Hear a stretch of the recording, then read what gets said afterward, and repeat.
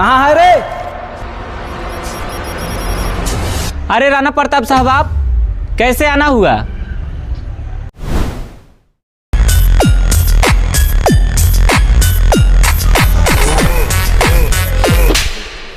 राणा प्रताप औकात में। क्या रे, रूम का किराया कब तक देगा? राणा प्रताप साहब, आप गुस्सा मत होइए। कल मेरा भाई टीचर का इंटरव्यू देने जा रहा है। जैसे ही उसका सिलेक्शन सैलरी आता है, मैं आपका रूम का किराया चुका दूंगा। ओके, मैं लास्ट चांस देता हूँ तुम्हें।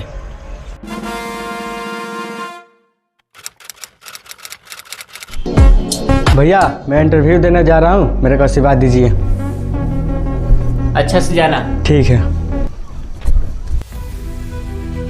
भैया, मेरा टीचर का सिलेक्शन हो चुका है। अरे वाह, ये तो बहुत खुशी की बात है।